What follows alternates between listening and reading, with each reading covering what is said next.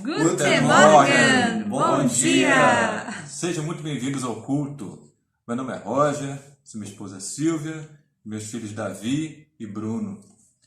Por muitos anos nós fomos membros da Igreja do Rio de Janeiro e agora somos membros da Igreja de Berlim, aqui na Alemanha. Nós ficamos muito agradecidos de termos sido convidados para fazermos esse bem-vindo nesse domingo de Páscoa. E para nós é uma alegria porque o nosso coração sempre vai estar ligado com a Igreja do Rio de Janeiro, com os nossos irmãos cariocas. E para a gente tem sido também muito especial poder assistir os cultos online e poder estar revendo alguns de vocês. Eu queria agora então compartilhar uma escritura que está lá em 1 Pedro, capítulo 1, versículos de 3 a 5, que diz assim: Louvemos ao Deus e Pai do nosso Senhor Jesus Cristo. Por causa da sua grande misericórdia, Ele nos deu uma nova vida pela ressurreição de Jesus Cristo. Por isso, o nosso coração está cheio de uma esperança viva. Assim, esperamos possuir as ricas bênçãos que Deus guarda para o seu povo. Ele as guarda no céu, onde elas não perdem o valor e não podem se estragar nem ser destruídas. Essas bênçãos são para vocês, que, por meio da fé, são guardados pelo poder de Deus, para a salvação, que está pronta para ser revelada no fim dos tempos. Essa escritura fala da ressurreição de Cristo, do que Jesus fez por nós. Ele ressuscitou, ele foi uma cruz, levou nossos pecados, ressuscitou no terceiro dia e podemos hoje ter uma vida nova por meio de Cristo. Também fala das riquezas espirituais que estão guardadas no céu para nós. Possamos nesse domingo de Páscoa lembrar disso. Amém. Que Jesus fez, da ressurreição e também dessas riquezas maravilhosas que tem guardado para nós. A Escritura também fala de uma vida nova. Por isso, Bruno, também gostaria de compartilhar algo. Eu queria compartilhar que recentemente eu fui batizado pelos irmãos da Igreja de Berlim. Amém. A gente teve feito estudos durante os últimos meses e com essa situação do coronavírus a gente passou a fazer estudos diários online e no fim dos estudos eu decidi andar essa vida com Deus para ter uma vida nova. E eu queria agradecer às pessoas da Igreja do Rio de Janeiro, os tios, os jovens, as crianças, conheci lá. Amém. Todas as pessoas também participaram do camp, conselheiros, acampantes, organizadores, todos. E também o pessoal da Igreja de Berlim. Amém. Amém. Vamos orar juntos então. Nosso Deus, muito obrigado por tua misericórdia. Obrigado porque o Senhor se importou conosco e nos quer dar uma vida nova para cada um. Obrigado porque o Senhor quer limpar os nossos pecados e podemos hoje ter a esperança de um dia estar contigo. E o Senhor tem riquezas guardadas para nós. E quando lembramos disso, nos alegramos tanto. Possamos hoje celebrar a Páscoa, celebrar essa alegria que o Senhor nos dá, de um dia estar contigo. Amém. Fica com esse culto, Pai. Abençoe-o. É o que te pedimos. Em nome de Jesus. Amém. Amém. Amém.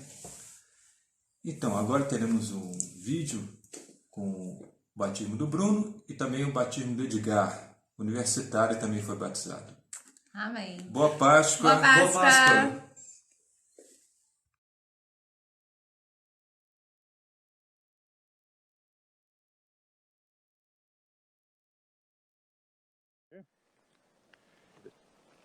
Willst du ein paar Fragen stellen?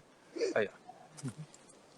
So, glaubst du, dass Jesus der Sohn Gottes ist?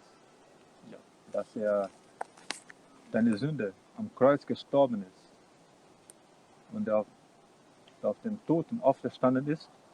Ja. Das ist ein gutes Bekenntnis. Jesus ist mein Herr. Amen. Aufgrund dein Amen. gutes Bekenntnis werde ich dich taufen auf den Namen des Vaters, des Sohnes und des Heiligen Geistes für Vergebung deiner Sünde. Und du wirst die Gabe des Heiligen Geistes empfangen. Come on! Woo! Let's go, bro!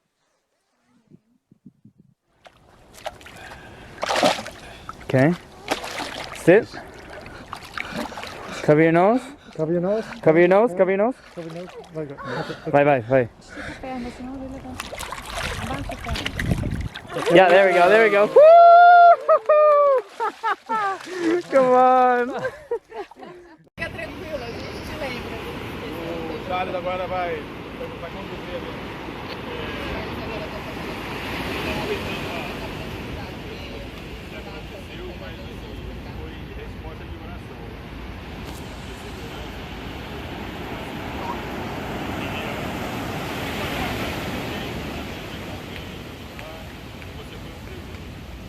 Mas eu tô aqui para fazer as perguntas.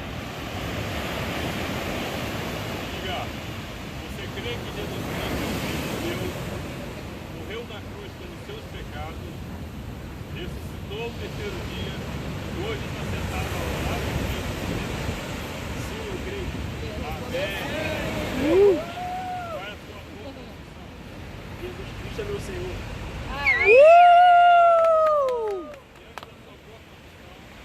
Você vai ser batizado, vai receber o perdão do pecado.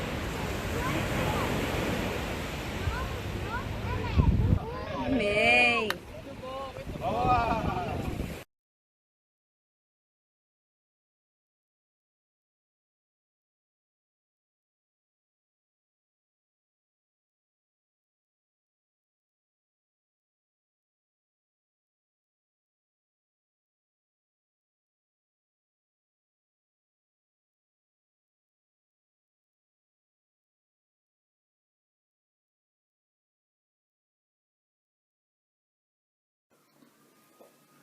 Bom dia, irmãos.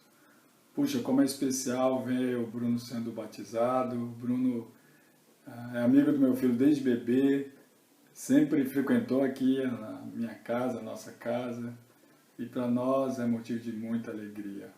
Assim como o Edgar, que apesar de eu ter conhecido ele há pouco tempo, é muito especial ver um jovem universitário decidindo entregar sua vida para Cristo.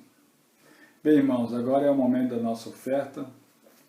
Então, vamos abrir nossas Bíblias em Atos, capítulo 4, no versículo 32. Todos que creram pensavam e sentiam do mesmo modo. Ninguém dizia que as coisas que possuía eram somente suas, mas todos repartiam uns com os outros tudo o que tinham. Com grande poder, os apóstolos davam testemunho da ressurreição do Senhor Jesus. E Deus derramava muitas bênçãos sobre todos. Não havia entre eles nenhum necessitado, pois todos que tinham terras ou casas as vendiam, traziam dinheiro e o entregavam aos apóstolos. E cada pessoa recebia uma parte, de acordo com a sua necessidade. É nítido ver aqui o crescimento da igreja. E a Bíblia fala que eles pensavam e sentiam do mesmo modo, eles tinham o mesmo coração. Sabe, irmãos, porque eles entendiam o poder da ressurreição de Jesus e a sua graça. E hoje estamos comemorando a Páscoa, né? E esse entendimento os unia de forma que ninguém passava necessidade. E os apóstolos, eles cuidavam disso, eles geriam ou seja, havia as ofertas, e eles geriam essas ofertas e distribuíam de acordo com a necessidade de cada um.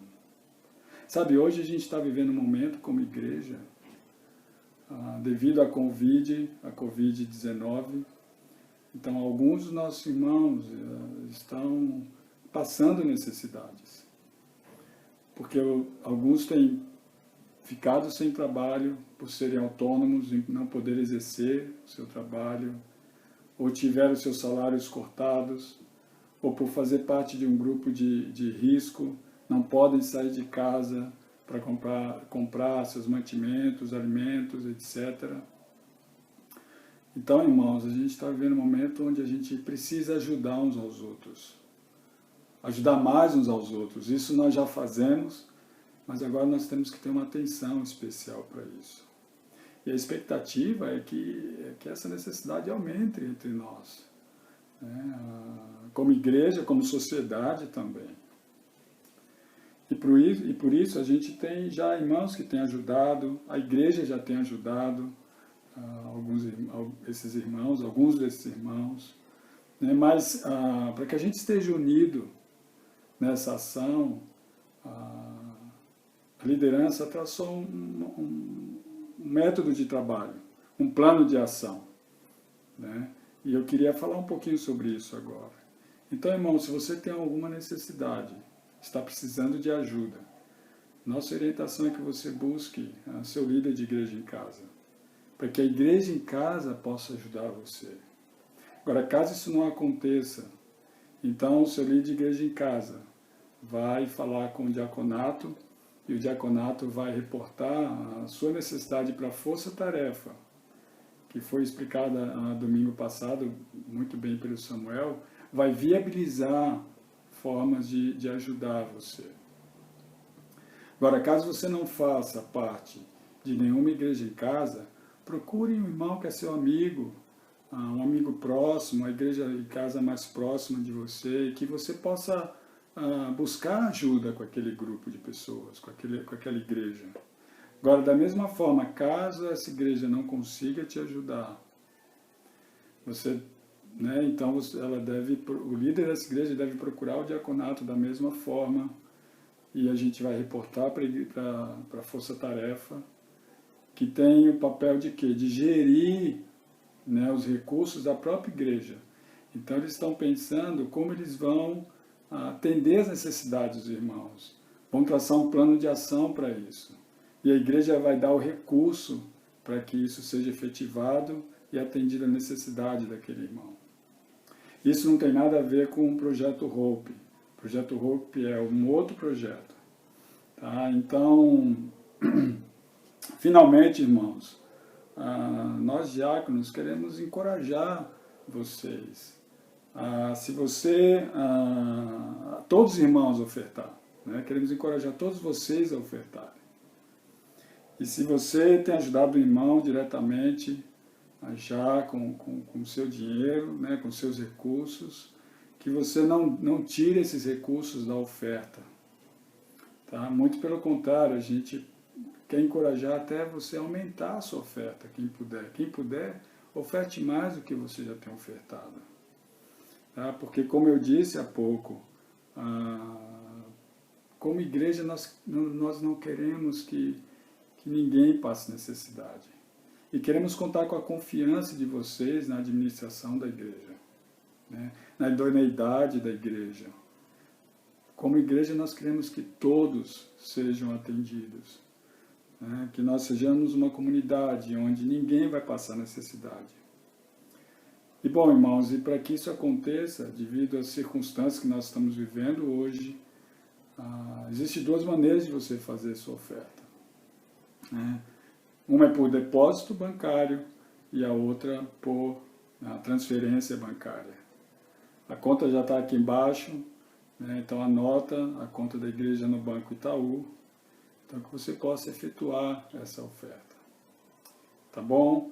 Então é isso. Muito obrigado pela atenção de todos. Vamos orar. Senhor Deus, muito obrigado, porque o Senhor é tão bom para nós.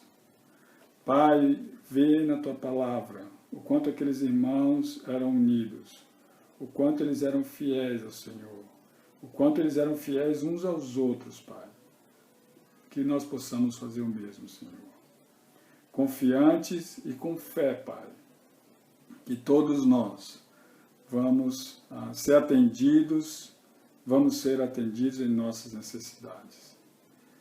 Que essa oferta, Pai, seja como um sacrifício de aroma agradável a Ti. Em nome de Jesus que nós oramos. Amém. Obrigado, irmãos. Vamos continuar o nosso culto. Bom dia a todos. Bom dia. Bom domingo, ótimo domingo de Páscoa a todos. Vamos cantar algumas canções antes da nossa pregação.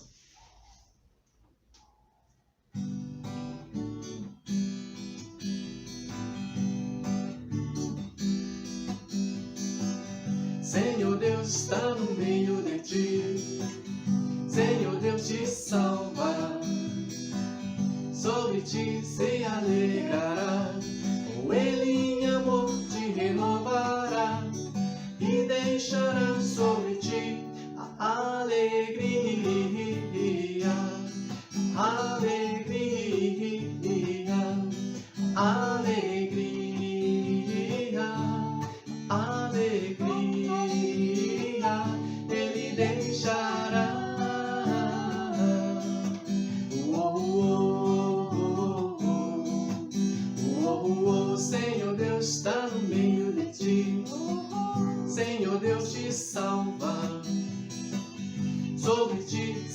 alegrará, ou ele em amor te renovará e deixará sobre ti a alegria, a alegria, a alegria, a alegria, ele deixará.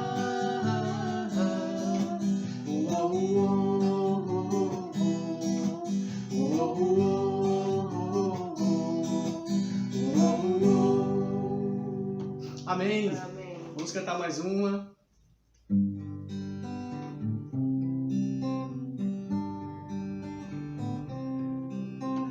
Quem é Deus acima do Senhor? Quem é rocha como o nosso Deus? Me treina pra lutar, me mostra onde devo sempre andar. Glórias ao nome do Senhor.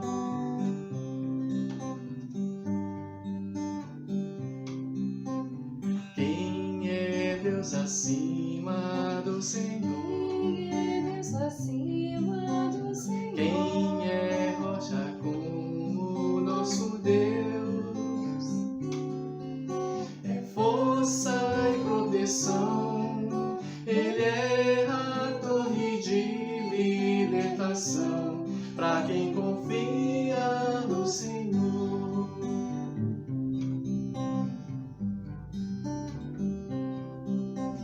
Quem é Deus acima do Senhor? Quem é rocha como o nosso Deus? Me treina pra lutar, me mostra onde devo sempre andar. Glórias ao nome do Senhor. Amém. Vamos cantar mais uma canção. É uma canção nova, é da minha autoria. Chama-se Aos Pés da Cruz. Vamos cantar.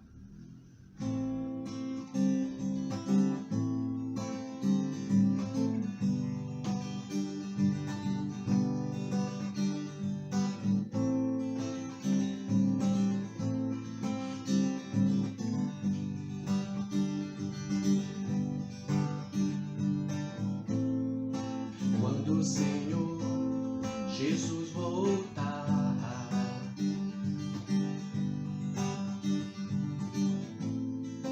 quem vai estar aos pés da cruz?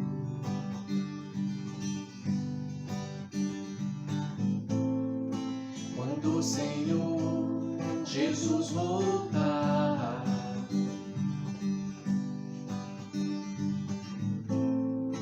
quem vai estar aos pés da cruz?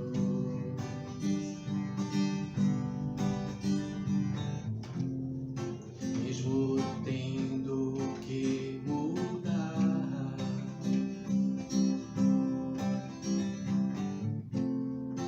não vamos estar perfeitos, não.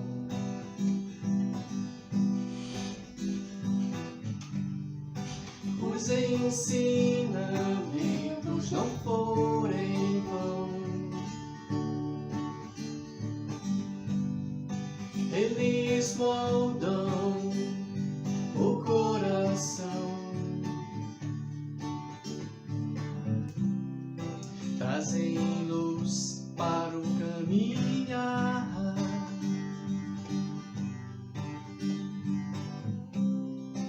esperança pra lutar.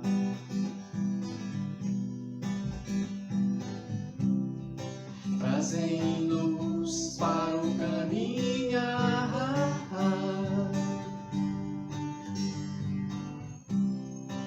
esperança pra lutar.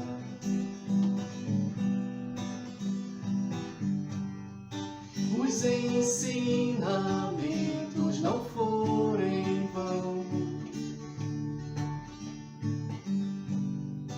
eles moldam o coração,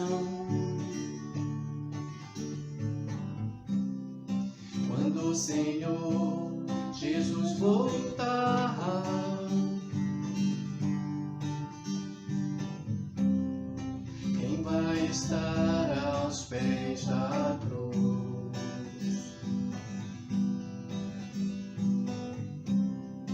Quando o Senhor Jesus voltar,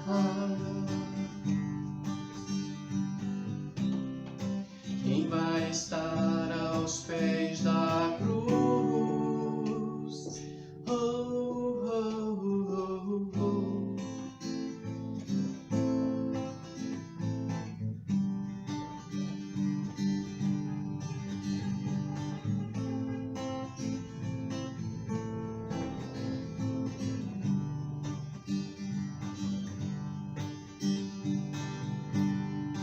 Os ensinamentos não forem em vão,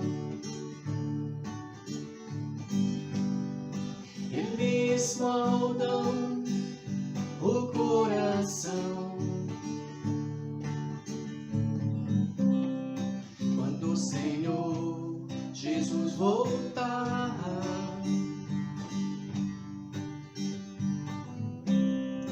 quem vai estar aos pés da cruz?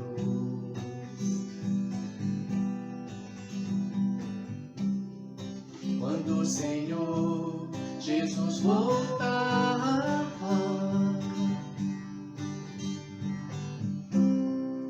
quem vai estar aos pés da cruz? Amém. Bom dia, igreja. Que alegria poder estar aqui hoje de manhã, nesse domingo de Páscoa, compartilhando com vocês a palavra de Deus. E o privilégio, né, de também poder entrar na sua casa, né? Graças a Deus pela tecnologia e muito obrigado por me permitir isso, né? Permitir a mim essa oportunidade de falar com vocês hoje. Estou com muita saudade de todos, não só eu, mas minha família toda, e não vejo a hora de nós nos reencontrarmos, fisicamente, né? Hoje aqui em casa a gente está completando a 4ª semana, acredito que você também, de isolamento social. E a gente tem experimentado as mais diversas coisas como família. A gente tem tido aqui a noite do hambúrguer, temos tido os quarentreinos, né, os exercícios físicos que a gente tem feito com as crianças. Compramos uma máquina de cortar cabelo, já teve até barbearia aqui em casa. E talvez você também esteja experimentando coisas das mais diversas para tentar resistir e perseverar nesses dias diferentes que nós temos vivido. Entre outras coisas, a gente tem aprendido também a valorizar os gestos mais simples que a gente fazia no nosso cotidiano e que nesses dias a gente não tem podido fazer, né? Como dar um abraço apertado naquela pessoa que você gosta, um beijo caloroso naquele amigo, naquela amiga que você conhece, desfrutar de um convívio na companhia dos seus amigos, coisas simples que a gente talvez não dava tanto valor e que nesses dias a gente tem aprendido o quanto isso é importante e o quanto isso faz falta, ainda mais no contexto da nossa igreja. Eu também quero, antes de ler a Bíblia, expressar minha gratidão ao Samuel e à família dele, em especial a Shirley, por ter nos servido, né, durante todo esse tempo com a palavra de Deus, de uma maneira tão zelosa e tão edificante. Então eu quero aqui agradecer ao seu trabalho, meu irmão, e dizer para a igreja que o que eu quis dar ao Samuel foi um pouco de descanso, né? Porque eu sei o quanto custa preparar uma pregação e ao mesmo tempo ser pai de 3 crianças pequenas. E eu quis fazer isso desde domingo passado, mas a minha saúde não permitiu. Mas hoje, graças a Deus, eu estou aqui saudável e podendo compartilhar a palavra de Deus com você. E até por consideração ao trabalho incrível que Samuel vem fazendo, eu me comprometi a terminar a série que ele começou, porque nós temos estudado sobre os últimos dias de Jesus, né? Sobre a sua crucificação, a sua morte e a sua ressurreição, que é o que a gente vai falar hoje, lendo Mateus capítulo 28. E eu queria, antes de ler a Bíblia, também fazer uma oração pela igreja e por todo esse momento que a gente tem vivido no país e no mundo inteiro. Vamos fechar os nossos olhos, vamos orar juntos. Pai, muito obrigado por essa manhã, por podermos estar diante da Tua palavra, Senhor. Que o Senhor possa abrir o nosso coração para receber o Evangelho e que ele possa encontrar um solo fértil, Pai. Um coração que vai receber a Tua palavra com humildade, Deus, e que ela venha produzir os frutos que o Senhor deseja nas nossas vidas, Senhor. Obrigado, Pai, pela igreja, por podermos, ainda com todo esse momento que temos experimentado, graças às tecnologias, Pai, podemos nos ver, podemos nos falar e podemos encontrar outras maneiras de nos encorajar um ao outro na nossa jornada como cristãos. Pai, nós também, como igreja, queremos lembrar ao Senhor e continuar pedindo ao Senhor por esse tempo que nós temos experimentado de tanta dificuldade, incertezas e dúvidas, Pai, e também de tristezas. Mas queremos, Pai, acima de tudo, renovar a nossa esperança e suplicar pela Tua bondade, pela Tua misericórdia, Pai, estendendo a Tua mão sobre aqueles que estão nesse momento agora sofrendo, padecendo da sua saúde, Pai, fortalecendo-os fisicamente, fazendo com que os tratamentos que eles têm recebido possam surtir efeito no seu organismo, Pai.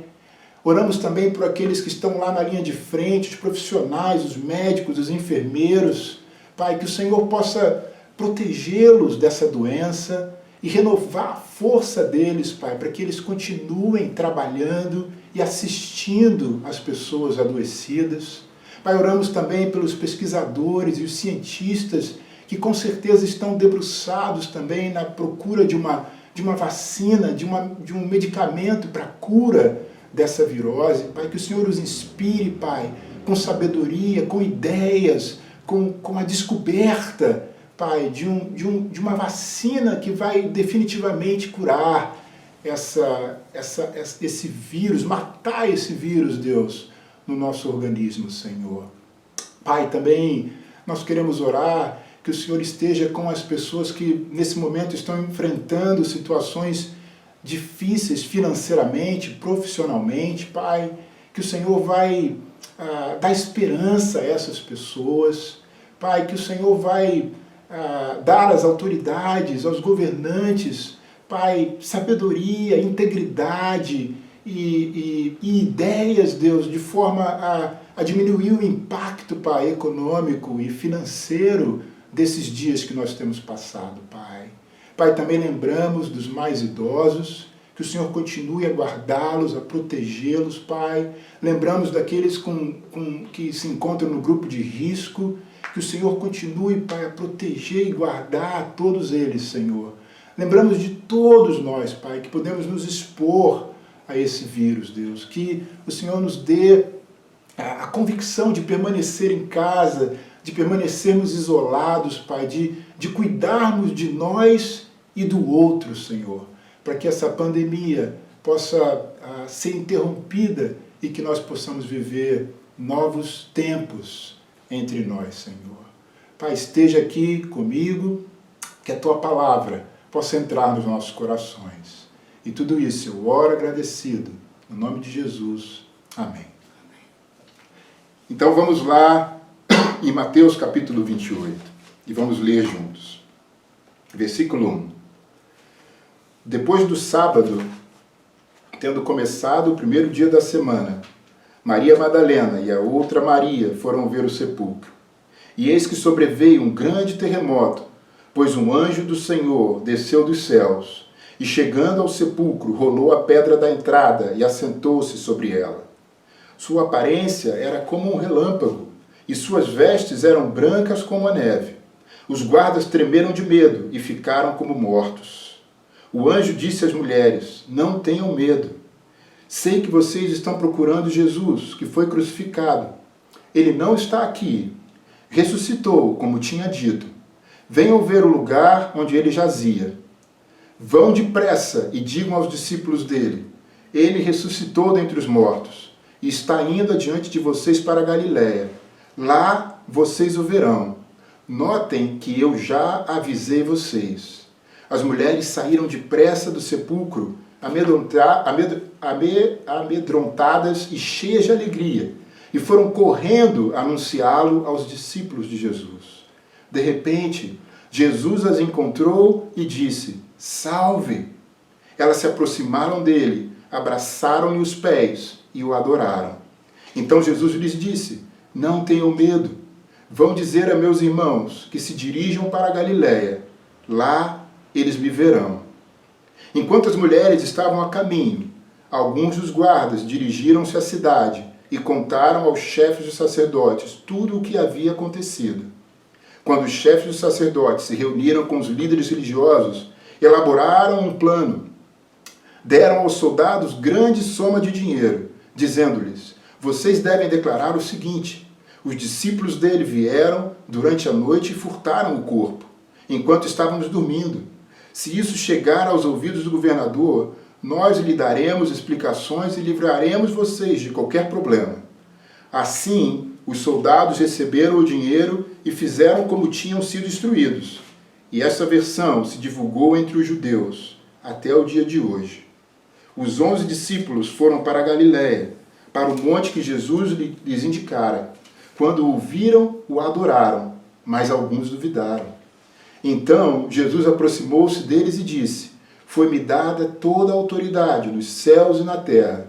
Portanto, vão e façam discípulos de todas as nações, batizando-os em nome do Pai e do Filho e do Espírito Santo, ensinando-os a obedecer a tudo o que eu lhes ordenei.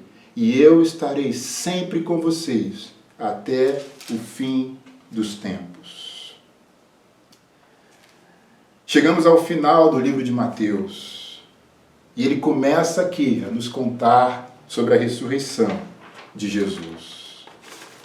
Mateus nos chama, em primeiro lugar, para eventos e circunstâncias extraordinárias a respeito da ressurreição. Da mesma maneira que ele relata isso na crucificação, quando ele fala sobre o fato da terra ter tremido, as rochas terem se partido, as trevas sobre a terra, o véu do santuário se partindo em dois, os sepulcros se abrindo e pessoas ressuscitando. Na ressurreição, ele também aponta eventos extraordinários. Ele deixa claro que rejeitar a ressurreição é uma tarefa intelectualmente muito maior do que abraçá-la. E os inimigos de Jesus, como lemos aqui, eles estão trabalhando muito para negá-la.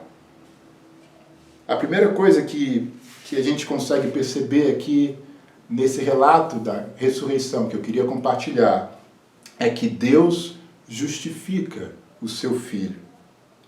Todos os discípulos, incluindo essas mulheres aqui, Maria Madalena e a outra Maria, todos eles, nos últimos 3 dias, tiveram a sua fé abalada.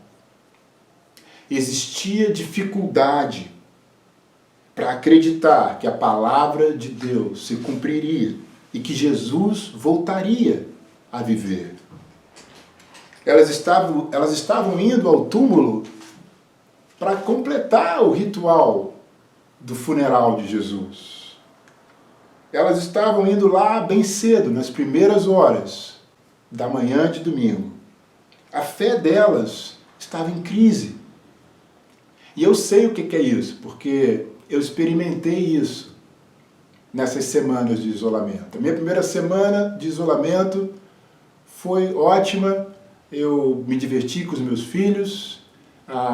Na segunda semana a gente fez diversos exercícios juntos, nos divertimos pra caramba, e no final da segunda semana eu comecei a sentir sintomas, eu comecei a ter uma febre baixa, eu me senti extremamente cansado e prostrado, o meu peito começou a ter um desconforto, e logo em seguida os pensamentos começaram a surgir de que eu havia a possibilidade de eu ter contraído o vírus.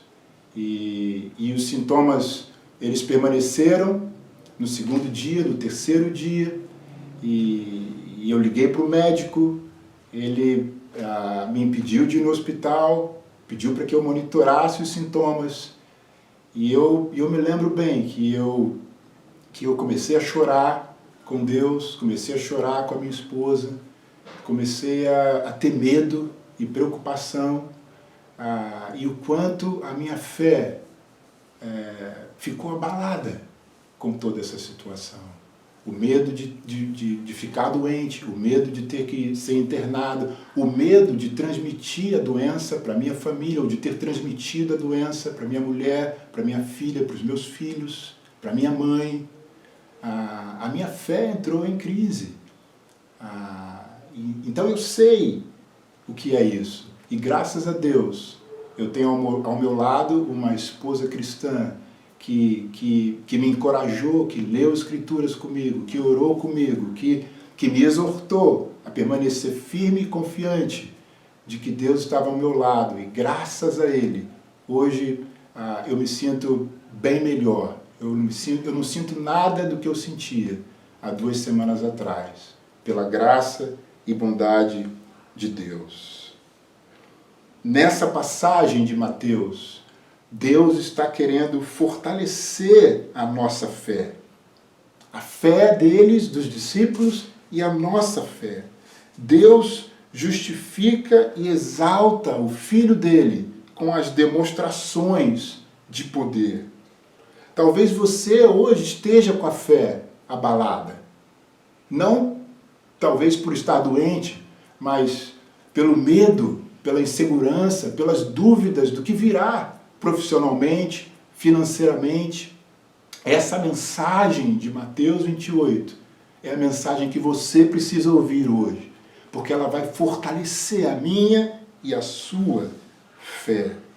Não havia como aquelas mulheres entrarem naquele túmulo, ainda que o corpo de Jesus estivesse lá. Como elas iam mover a pedra? Como elas iam passar pelos guardas? Como elas iam romper o selo do império? Em Marcos capítulo 16, versículo 3, o evangelista Marcos até narra que elas fazem essa pergunta: quem vai rolar a pedra para nós? Elas ainda não acreditavam. Elas tinham ouvido da boca do próprio Jesus Cristo, assim como os discípulos, que ele iria ressuscitar no terceiro dia, mas elas ainda não acreditavam. Elas não estavam esperando que isso fosse acontecer. No relato de Mateus, parece que o Sinédrio estava dando mais crédito ao que Jesus tinha dito do que os próprios discípulos. A gente pode até ler em Mateus 27, versículo 62, fala: no dia seguinte, isto é, no sábado, os chefes dos sacerdotes e os fariseus dirigiram-se a Pilatos e disseram: Senhor, lembramos que enquanto ainda estava vivo, aquele impostor disse: depois de 3 dias ressuscitarei. Ordena, pois, que o sepulcro dele seja guardado até o terceiro dia, para que não venham os seus discípulos e, roubando o corpo, digam ao povo que ele ressuscitou dentre os mortos. Este último engano será pior do que o primeiro. Então parece que o Sinédrio, que os líderes religiosos estavam dando mais crédito à ressurreição do que os próprios discípulos. E Deus usa 5 eventos extraordinários para fortalecer a fé dos irmãos e para fortalecer a nossa fé. Ele usa um terremoto, ele usa um anjo que aparece, ele usa uma pedra que é removida, ele descreve esse anjo de uma maneira extraordinária e ele mostra o estado que os guardas ficaram quando o anjo apareceu. A presença desse anjo, como aconteceu no nascimento de Jesus. Agora um anjo aparece e anuncia a ressurreição de Jesus. Esse anjo está sentado na pedra que selava o sepulcro. Isso é um símbolo visível da vitória de Jesus Cristo sobre a morte. Tenta imaginar essa cena de um anjo sentado na pedra que estava selando o túmulo de Jesus Cristo. O anjo se sentar na pedra é uma manifestação de que Deus conquistou a morte. A pedra estava totalmente removida. Ela estava posta de lado e o anjo estava em cima dela. A pedra foi removida para que os discípulos pudessem olhar para dentro do sepulcro e ver que Jesus não estava lá. E dessa forma ter sua fé fortalecida. A pedra foi removida para que os discípulos pudessem ver e olhar lá dentro e não ver Jesus lá, para acreditar que ele havia ressuscitado.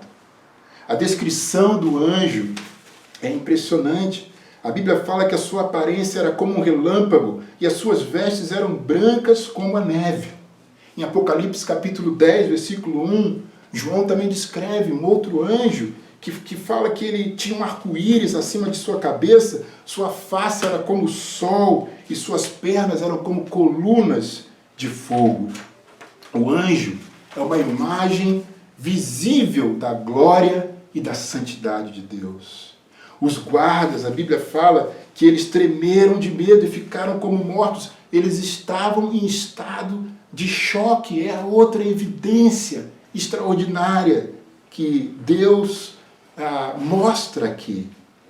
Assim, irmãos e amigos, irmãs e amigas, o selo, a pedra, os guardas, todas as ferramentas humanas que haviam sido usadas para garantir que a mensagem de Jesus terminaria, que o povo de Jesus seria reduzido a nada, tudo isso foi reduzido ao pó. O poder do céu triunfou sobre o poder da terra. Deus cumpriu a promessa do Salmo 2, onde ele fala: do seu trono nos céus, o Senhor põe-se a rir e a caçoar deles. Eu mesmo estabeleci o meu rei em Sião, no meu santo monte. Deus aqui em Mateus está fortalecendo a nossa fé. Nesses tempos de dúvida, de medo, de insegurança, Deus quer fortalecer a nossa fé. E a mensagem da ressurreição é uma mensagem direta para isso, para que a gente creia em Deus. E em seguida, as primeiras palavras que saem da boca do anjo são: o anjo disse às mulheres, versículo 5, não tenham medo. Eu sei quem vocês estão procurando. E a razão de eu estar aqui é porque eu tenho uma mensagem. É porque eu tenho algumas coisas para explicar para vocês. Não há repreensão, não há um ataque. As palavras são reconfortantes. Não tenha medo. É isso que Deus está falando para mim e para você hoje também, irmãos e irmãs. Não tenha medo. O que está implícito na fala do anjo é que a tumba vazia não é tudo. A tumba vazia é um testemunho da ressurreição de Jesus Cristo. Ele não está dentro da tumba, porque ele ressuscitou. E ele avisou que isso ia acontecer. Isso não deveria surpreender vocês, mulheres. Isso é exatamente o que ele havia contado. Venham ver. Vejam lá dentro, o anjo está falando. Por isso a pedra é rolada para longe, para que os discípulos pudessem ver dentro do sepulcro que Jesus não estava lá. E o anjo em seguida, no versículo 7 fala: vão depressa e digam aos discípulos dele, ele ressuscitou dentre os mortos, está indo adiante de vocês para a Galileia. O anjo encarrega as mulheres de espalharem a mensagem aos discípulos. Elas se tornam as portadoras das boas novas da ressurreição. No fim ele diz: notem que eu já os avisei. Ele está falando: olha, eu disse isso já para eles, e agora é a vez de vocês dizerem para eles. Deus, através da mensagem do anjo, irmãos e irmãs, está fortalecendo a fé dos discípulos e a nossa fé por meio da sua palavra. Então, na ressurreição, Deus não faz somente eventos extraordinários. Deus também explica o que está acontecendo e revela a sua palavra por meio da boca de um anjo. Deus está fortalecendo a fé do seu povo em atos e em palavras. Deus espera que eu e você confiemos nele. Deus espera que a gente acredite na sua palavra. É isso que ele está fazendo por nós aqui. E aí, no caminho, as mulheres, versículo 8 fala, as mulheres saíram depressa, amedrontadas e cheias de alegria, e foram correndo a anunciá-lo aos discípulos de Jesus. De repente, Jesus as encontrou e disse, salve! Eles se aproximaram dele, abraçaram os pés e o adoraram. Então Jesus lhe disse, não tenham medo, vão dizer a meus irmãos que se dirijam para a Galiléia. É impressionante aqui também perceber a ternura de Jesus e a graça de Jesus quando ele encontra as mulheres, mesmo sabendo que o grupo de discípulos havia o abandonado, havia o traído, estavam incrédulos. Jesus os chama de irmãos. A ternura de Jesus, a graça de Jesus. Deus sabe da fraqueza da nossa fé, mas ele derrama a sua graça sobre nós e nos chama de irmãos. Deus está aqui construindo a fé dos discípulos, para que eles confiem na palavra dele, para que eles acreditem na ressurreição, através de eventos extraordinários, através da palavra do anjo, do testemunho das mulheres, do testemunho dos guardas e depois do testemunho dos discípulos. E se a gente continuar essa história, no versículo 11 ao 15, como nós já lemos, ao relato dos guardas. Os guardas que ficaram apavorados com o que tinham visto, eles vão correndo para o sinédrio, para os líderes religiosos, contar o que havia acontecido. E eles estão lá reunidos no sábado. E eles fazem uma estratégia, porque eles queriam ter certeza que o movimento de Jesus acabaria. Eles pensam que vão impedir que se fale que Jesus ressuscitou. Eles subornam os soldados para que os soldados contassem uma mentira. Contassem que os discípulos vieram à noite, enquanto eles estavam dormindo, e roubaram o corpo de Jesus. E eles ainda falam para os soldados, olha, se isso chegar nos ouvidos do governador, não se preocupem, porque a gente vai explicar a ele e a gente vai livrar vocês de qualquer problema. Porque para um soldado, perder um prisioneiro era uma pena capital. Mas o que acontece é que com essa estratégia, eles conseguiram que a estratégia que eles bolaram, na verdade, foi lá em Mateus capítulo 27, versículo 62. Aquela estratégia quando eles falaram, quando eles reuniram com o governador e lembraram que Jesus havia dito que ele ressuscitaria no terceiro dia. Então eles pedem para que o governador mande um destacamento, proteja o sepulcro, para que os discípulos não fossem lá e roubassem o corpo e falassem que ele tinha ressuscitado. Então essa estratégia que os líderes religiosos bolaram, na verdade, revelou a soberania de Deus, porque não cristãos foram os primeiros que testemunharam a ressurreição de Jesus Cristo. E para um cético, para uma pessoa que não acredita em Deus, isso é extremamente significativo, porque foi um não cristão que testemunhou que Jesus havia ressuscitado, e não um cristão, e não um discípulo que está contando isso. A gente vê aqui que Deus foi soberano, mesmo diante das ações dos inimigos de Jesus. E como também não refletir na resposta dos líderes religiosos? Porque, diante do relato dos guardas, o que eles responderam? Eles poderiam ter respondido, caramba, ele nos mostrou o sinal de Jonas. Ele ressuscitou no terceiro dia, como Jesus falou em Mateus capítulo 12, quando eles pediram um milagre, quando eles pediram um sinal, e Jesus respondeu para eles que o único sinal que ele daria era o sinal de Jonas, que ficou na barriga de um peixe por 3 dias. Jesus também, no terceiro dia, ele ressuscitou. Eles não responderam isso.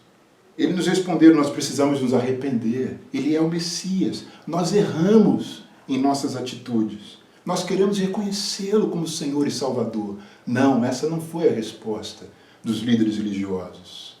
Eles inventaram uma mentira para não reconhecer os seus erros e se dobrar diante de Jesus Cristo.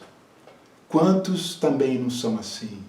Quantos têm dificuldade de reconhecer os seus pecados, de reconhecer os seus erros e armam uma mentira, um conto, uma estratégia para não se dobrar, para não pedir desculpas, para não pedir perdão e tomar um caminho diferente. Eles não admitiram que estavam errados em suas atitudes em relação a Jesus. E isso mostra que a descrença, na verdade, não é um produto da falta de evidência dessa verdade. A descrença, a falta de fé na ressurreição, vem de um coração que não quer ver aquilo que está claro diante dos seus olhos. Um militar romano perdeu um prisioneiro. Era motivo de uma pena capital. Como os discípulos foram à tumba, passaram pelos guardas, removeram a pedra, sem que nenhum guarda acordasse. Se eles estavam dormindo, como é que eles sabiam que foram os discípulos que foram lá e roubaram o corpo? Será que Mateus inventou toda essa história? Por que então ele dedicou a vida dele inteira por algo que não era verdade? Por que um homem que escreveu o Sermão da Montanha, Mateus capítulo 5, 6 e 7, a maior expressão ética da humanidade, inventaria uma história dessa? Seria um mentiroso ou um enganador? Qual é a conclusão que a gente chega? Que é muito mais fácil acreditar na história da ressurreição do que encontrar uma alternativa para desmenti-la.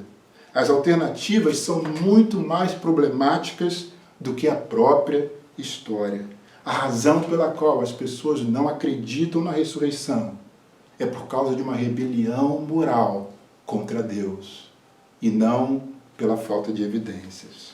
Há pelo menos 12 relatos de testemunhas oculares da ressurreição de Jesus, registradas nos evangelhos e nas cartas. Os 4 evangelistas bíblicos concordam unanimemente do testemunho de que a vida de Jesus não acabou com a morte. Os escritores do Evangelho sabem que a ressurreição é central para a nossa fé. Por isso falam sobre ela. Eles querem que a gente tenha certeza, como cristãos, sobre a verdade e a importância da ressurreição. Pela ressurreição, Jesus mostra que é Filho de Deus. Ele satisfaz a justiça divina. Jesus vence a morte. Jesus derrota Satanás. Ele mostra que é Senhor e Ele nos assegura da nossa ressurreição. Pela ressurreição, nós somos justificados. Paulo vai falar isso em Romanos capítulo 4, versículo 25. Vamos ler rapidamente. Ele foi entregue à morte por nossos pecados e ressuscitado para a nossa justificação. Nós somos justificados diante de Deus por causa da ressurreição de Jesus. Por isso a ressurreição é tão importante para nós, irmãos e irmãs. E por fim, no versículo 16 a 20 de Mateus, uma passagem que nós, discípulos, conhecemos tão bem, mas que é sempre bom voltar nela e rever as nossas convicções e a nossa obediência à grande comissão. Jesus nos chama para uma missão.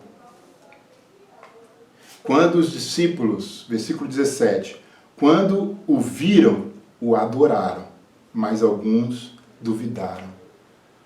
Mateus está falando que quando os discípulos veem Jesus, eles o adoram. E para um judeu ortodoxo, adorar um homem, esse homem só pode ser Deus. Mateus registrou isso para que nós não tenhamos dúvida de que Jesus era Deus. Mas ainda havia dúvida em alguns. Ser um cristão, ser um discípulo, é antes de tudo adorar a Deus. E depois de ser adorado, Jesus fala no versículo 18, foi-me dada toda a autoridade nos céus e na terra. Ele declara a sua autoridade, emitindo um mandamento, dizendo como esse mandamento deve ser realizado e nos dando, no fim, palavras de conforto e encorajamento. A palavra de Jesus afasta a dúvida. Alguns ainda tinham dúvida, mas Jesus se aproxima deles e prega a palavra. Foi-me dada toda a autoridade nos céus e na terra, portanto, vão e façam discípulos de todas as nações, batizando-os em nome do Pai, do Filho e do Espírito Santo, ensinando-os a obedecer a tudo o que eu lhes ordenei. E eu estarei sempre com vocês, até o fim dos tempos. A palavra de Jesus afasta a dúvida. É um tempo hoje, irmãos, de dúvida. Como eu já falei, o que vai afastar nossas dúvidas é a palavra de Deus. Quando a minha fé estava abalada, o que a minha esposa fez foi ler a Bíblia para mim. Isso afastou a minha dúvida de que Deus estava ao meu lado e que nada de mal aconteceria a mim e a minha família. E Deus fala, e Jesus fala para que eles façam discípulos. Um discípulo é uma pessoa consumida pelo desejo de fazer a vontade de Deus, como Jesus foi. Por quê? Por duas realidades. Por que obedecer Jesus? Por duas razões que ele aponta aqui. Primeiro, porque ele é digno de ser adorado, porque ele é Deus. Segundo, porque ele recebeu toda a autoridade. À luz dessas duas realidades, eles vão fazer discípulos, eles vão batizar as pessoas e eles vão ensinar essas pessoas a serem transformadas pela verdade, obedecendo a tudo que Jesus havia ensinado.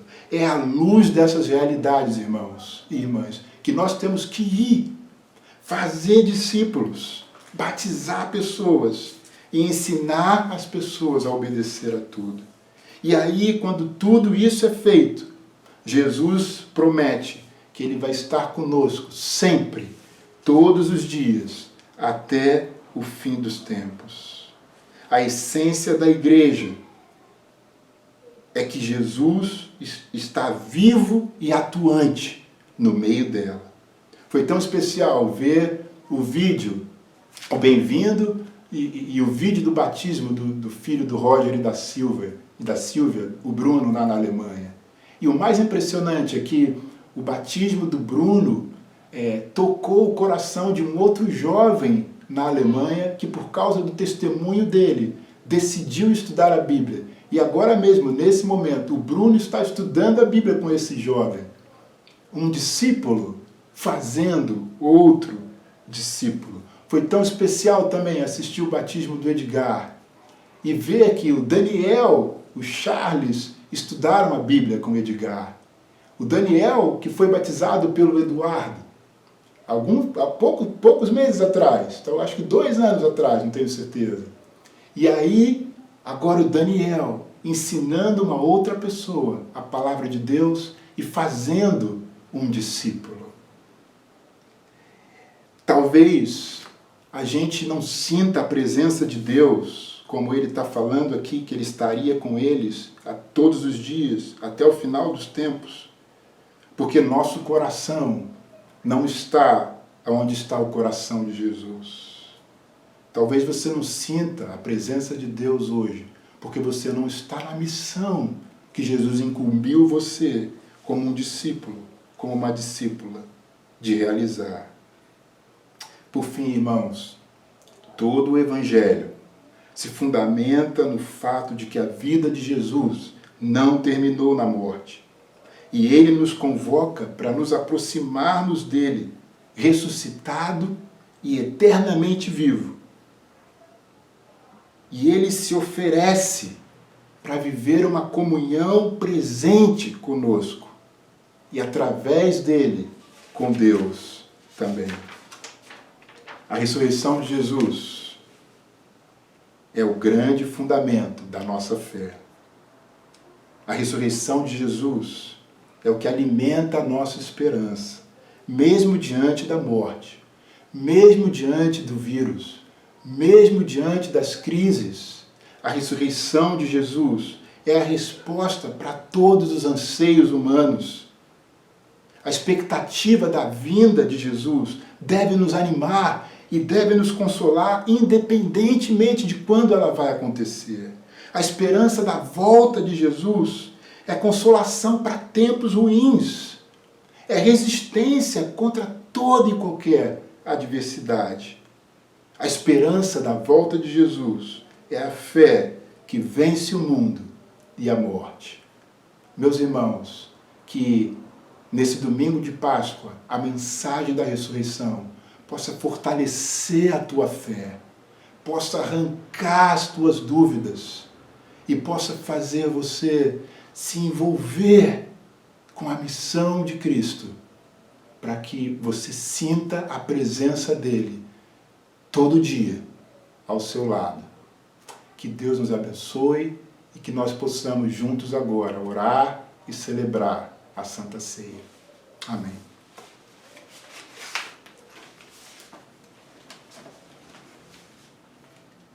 Pai, muito obrigado pela tua palavra e pela maneira tão poderosa com que ela chega aos nossos corações. Obrigado pelo poder da ressurreição, Pai. Obrigado porque Jesus venceu a morte. Obrigado porque ele derrotou Satanás. Obrigado, Pai, porque ele é vivo hoje. Pai, essa ressurreição dele é o que nos justifica diante do Senhor. E chegará um dia, Pai, em que nós também vamos experimentar a nossa ressurreição, a nossa passagem da morte para a vida, assim como ele passou, Pai. Muito obrigado pelo exemplo dele, Pai, por ele ter sido forte no espírito, por ele ter resistido, Pai, à dor física, à dor emocional, à dor espiritual. Pai, por ele não ter reagido a todas as ofensas, a todas as injustiças. Obrigado, Pai, por ele ter se mantido debaixo da tua vontade, Senhor. E obrigado, Pai, porque ele venceu e hoje ele é vivo e hoje ele intercede por nós. E só por causa dele, Pai, nós podemos estar aqui. Obrigado pelo dia de hoje. Obrigado porque hoje celebramos a vitória de Jesus Cristo. Te agradecemos imensamente. Tudo isso no nome dele. Amém.